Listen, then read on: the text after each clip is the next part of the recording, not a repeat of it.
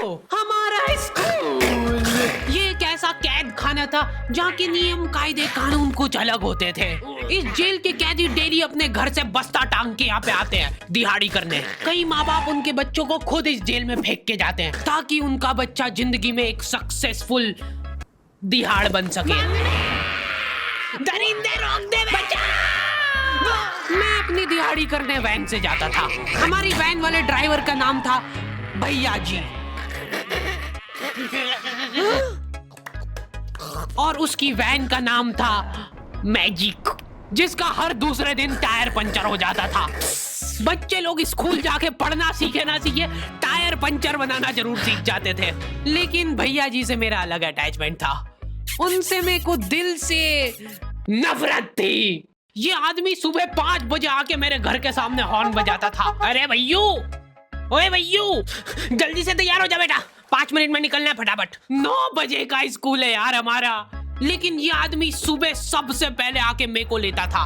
उसके बाद हम 3-4 घंटे पूरे शहर भ्रमण पे निकलते थे। शहर के पूरे आखिरी कोने से बच्चे ले लेके आता था ये आदमी। जहाँ पे वैन जा भी नहीं सकती उधर कूदा कूदा के ले जाता था ये, और फिर टायर पंचर हो जाते थे। शाम पड़े वापस से हमको घर घर छोड़ के आता था ये। जिंदगी बर्बाद कर दी थी भैया जी ने मेरी। सबसे पहले लेते थे और सबसे आखिर में छोड़ते थे। लेकिन मैं फिर भी उसी वैन में जाता था क्योंकि चमेली भी हमारी वैन में ही आती थी।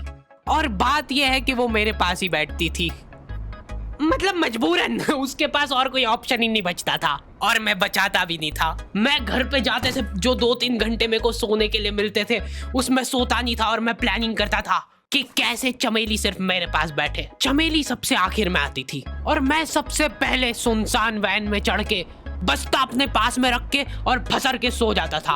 बाकी सारे बच्चे अपना बस्ता गोदी में रखते थे क्योंकि तुम्हारे बाप की वैन नहीं है, मतलब मेरे भी नहीं थी। पर मेरे ऊपर भैया जी को तरस आ जाता था कि बेचारा 5 बजे से आया है, तो वो सोने देते थे।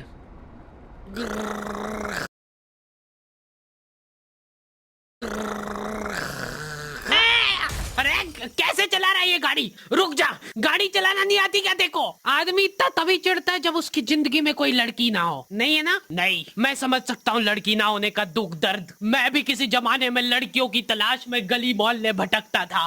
फिर एक दिन मेरे पास से वो निकली। जैसे ही मैंने हैपन खोल के देखा उसकी आईडी मेरे फोन पे चमक रही थी।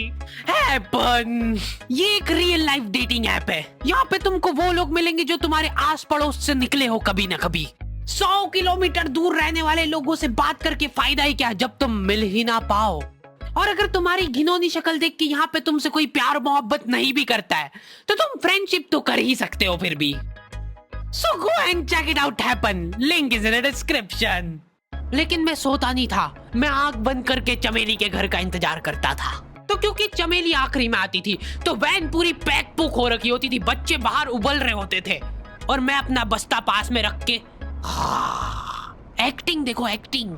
और जैसे ही वो आती थी, हड़बड़ाना नहीं, ऐसे टाइम पे हड़बड़ाते नहीं है कि फटाफट बैग उठाया और आओ इधर बैठो जल्दी। मत करना ये हरकत, भाग जाएगी वो। ठरक नहीं झलकना चाहिए जरा सिक भी, एकदम सटल रखना है। क्या हुआ?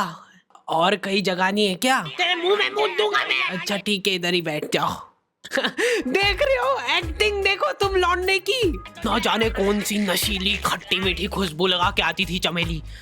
आज तक उसकी खुशबू है मेरी नाक में।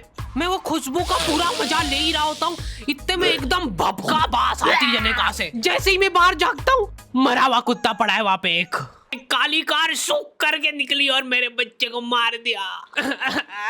कैसे करके निकली? शूक।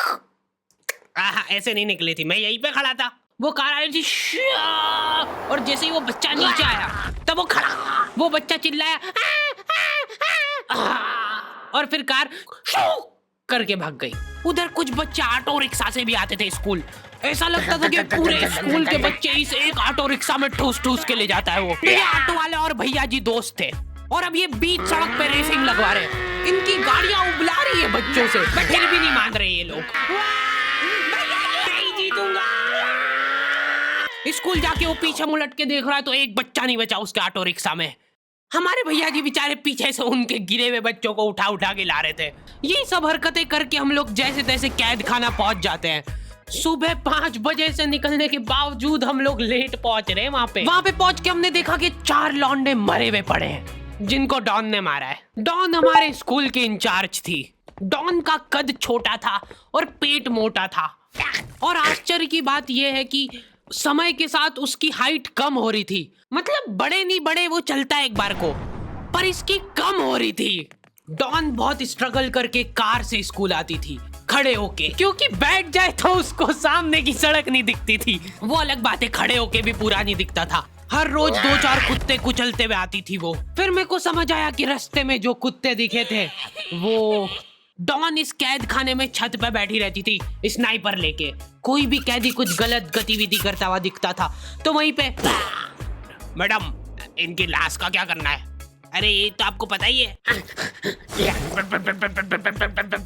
कहाँ रह गए थे यार झमू दीदी? फटाफट ये खून वून साफ करो।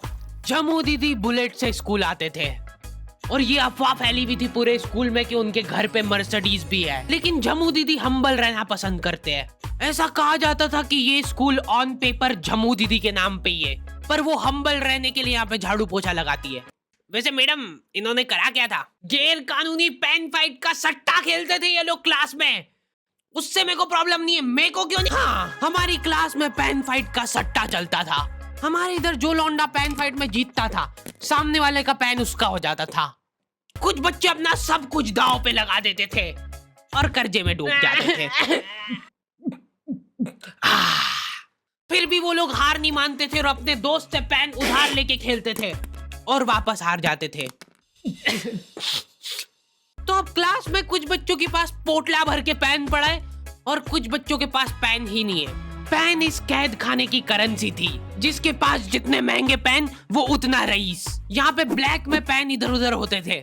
नॉर्मल लोगों के पास होते थे 5 रुपए वाले जीफी जेल, जो कि तुम एक पन्ने पे लिखोगे तो पीछे 10 पन्ने तक छप जाएगा। और उनसे भी गए बीते लोग होते थे जो 3 रुपए वाला यूज एंड थ्रो लेके आते थे और उससे भी उनकी अच्छी राइटिंग आ जाती थी। बहुत चिढ़ मचती थी यार मेरे को उनसे। और कुछ चुनिंदा रईस लोग होते थे जिनके पास होता था ट्राईमैक्स। हर बच्चे का सपना होता था कि उसके पास एक ट्राईमैक्स हो, साथ में आसपास 2-4 लड़कियां हो। मेरे को प्लीज मेरे को यहाँ पे ऑटोग्राफ दे दो। ये लो ट्राईमैक्स किंग के। ये ट्राईमैक्स क्या बात कर रही है? सही में एकदम रईस लोग ही अफोर्ड कर पाते थे ट्राईमैक्स। वो बाबड़े भी एक एक अक्षर लिख के रिफिल खोल के देखते थे। खाली हो रही है तो एक बार एक रईस बच्चे का ट्राईमैक्स चोरी हो गया। पूरे स्कूल में हाहू मच गई थी। वो